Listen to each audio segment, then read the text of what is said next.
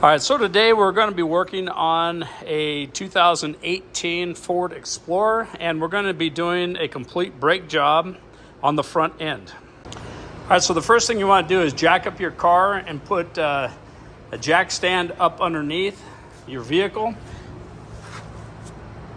just to brace it off, and then we're going to go ahead and remove your tire and rim. All right, so what we're going to do is take off the outside brake caliper. And this is going to be a 17 millimeter. So what you're going to do is you're going to take off the top bolt and the bottom bolt. All right, so these are the slide pins that you're taking out. Now what you're going to do is just grab a hold of the caliper, and we're going to go ahead and pop that right off. Just like that. All right, so what we're going to do is just set this aside. Do not let it hang. You do not want to put pressure on your brake line. So just set this aside. If you have to put a bucket here or something, do that. I'm just laying it across the axle. All right, so the next thing we're going to do is take this screw out.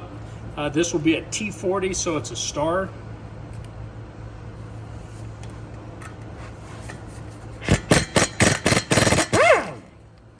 All right, so the next thing we're going to do is just go ahead and remove your brake pads.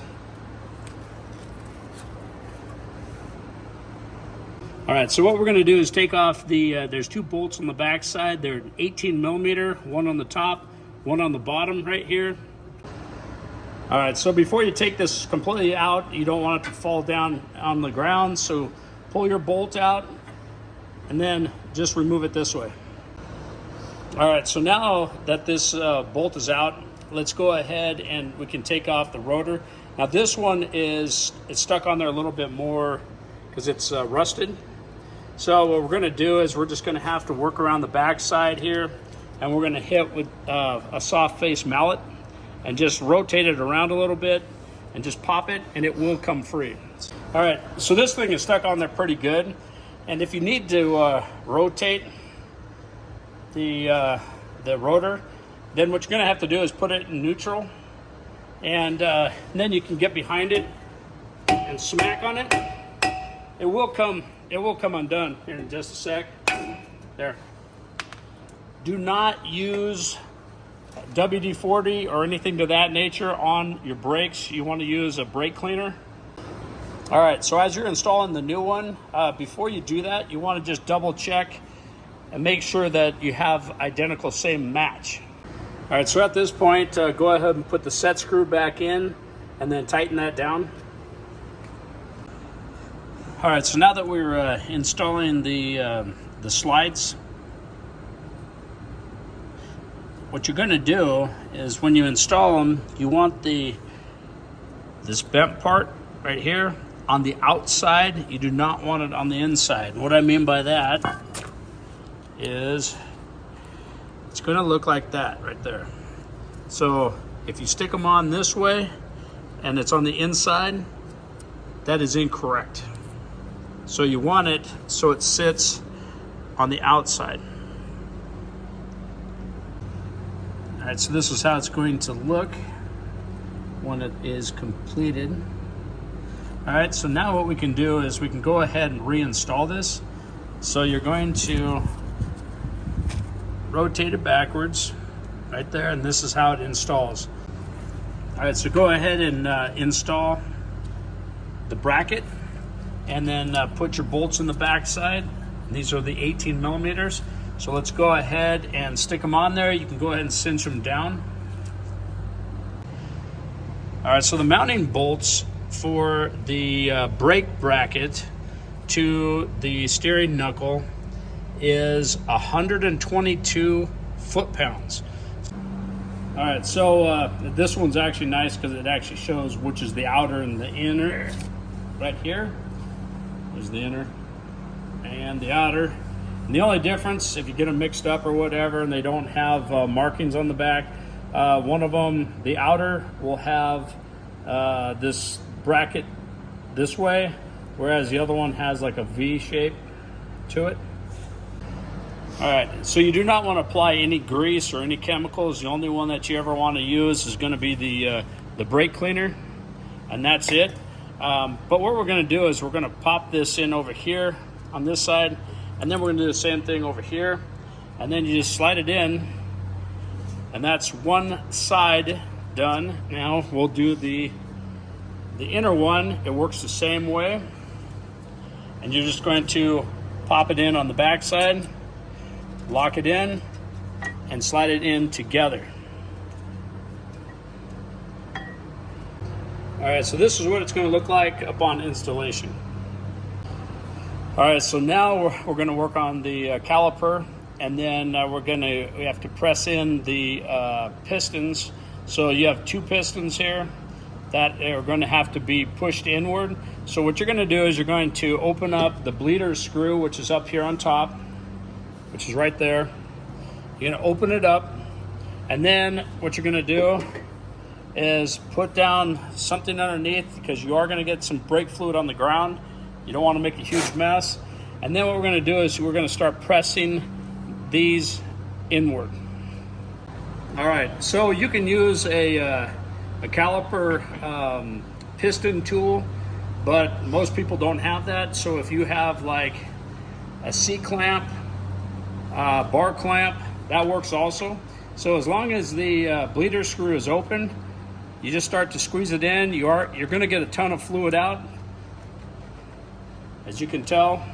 So you want to have something down underneath it, and just keep pressing it in. Keep pressing it in until it is completely flush. All right, so now that you have both of them pressed back in, you want to close off your bleeder screw, and now it is ready to install. So now it should slide right over the top of your new brake pads, just like that. All right, so now before you install your slide pins, you want to put some kind of axle grease. They usually supply it with the brake pads. So you just want to take and put a nice light coating on there. So go ahead and just put some on there, and then you're going to slide it in. You do not want to get any of this grease on the braking surface at all. All right, so the slide pin torque specs is 53 foot-pounds. So let's go ahead and torque these to 53 foot-pounds. Okay, just like that. All right, so when you get one side done, go over to the other side and hit that. And then once you're done installing it, just the same way that we just did here, what we're going to do now is we're going to bleed the front brakes. All right, so to make less of a mess, what you're going to do is, if you have a piece of hose, you can actually put it on to the onto the bleeder screw, run it down into any kind of a catch basin. You can use a milk jug, you can use anything, a bucket, and then you're just going to put it right like that. So then when you open this up, you can actually see the fluid pumping, you can see the air pumping down. All right, so what you want to do is you want to fill this brake reservoir up, and you want to maintain this, because if you deplete it and you have no more brake fluid in here, you're going to start sucking air. One of the worst things to do is that, because then you're going to have to bleed all four of your brakes. All right, so what you're going to need is a secondary person to sit behind the wheel and pump the brakes, unless you have a vacuum brake bleeder, which most people do not have. So what you're going to do is, with your bleeder screw closed, you're going to have your buddy pump on the brakes. So what they're going to do is they're going to press the brakes down and up, down and up, down and up, and then you're going to ask them to hold the brakes. So they're going to push the brake pedal down to the floor and hold it there. So go ahead and pump. Okay, hold it. Now you're going to open it up, and you'll see the brake fluid going in. If you see, you'll have air bubbles. Okay, and then what you want to do is close it off. Okay, go ahead and release. Okay, go ahead and pump. Okay, hold it. Okay, then you open it up, and that pedal should be going down to the floor. Okay, release. And then you're just going to continually do that until all the air is out of the system. So if you see that there's no air, and sometimes it'll take 6 times to do it, 8 times. If you're lucky, you might be able to get away with 4. But once the air is out, you're good to go. So you can go ahead and tighten this up a little bit. Do not over tighten this because it will break. All right, so you can see the air bubble right here. And that's what it's going to be doing, is pushing out these air bubbles. Now, make sure that you frequently check your fluid level in your brake reservoir. Again, do not deplete that. And then there's a mark where it actually is, this is where you should have the level once you're done and completed with it. So now jump to the other side, do the same thing. All right, so when you're done and you're cinching this down, don't over tighten this. The actual manufacturer's specification is 15 foot-pounds. That's 15 foot-pounds. I just bring it up good and snug. Don't over tighten it. If you break this off, it's going to be really hard to get it out, or you're going to be replacing the actual caliper. All right, so when you're all done, you can go ahead and shoot it down with your brake cleaner. And all you do is just shoot it all over the whole entire assembly. That way it cleans off any brake dust, any of the brake fluid that you have. And it does smell, but just, you know,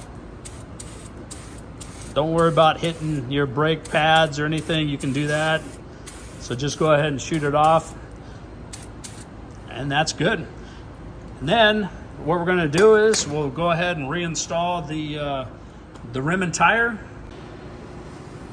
All right, so now when you tighten up your lug nuts, you want to go in a crisscross pattern. So from here to here, here to here, across to here. And then once you cinch them down, you want to torque your lug nuts to 100 foot-pounds. All right, so now you're done and completed. The only last thing that you need to do is top off your brake reservoir and take it out for a test spin. Hope this video helped. Please subscribe and like, and we'll see you on the next one.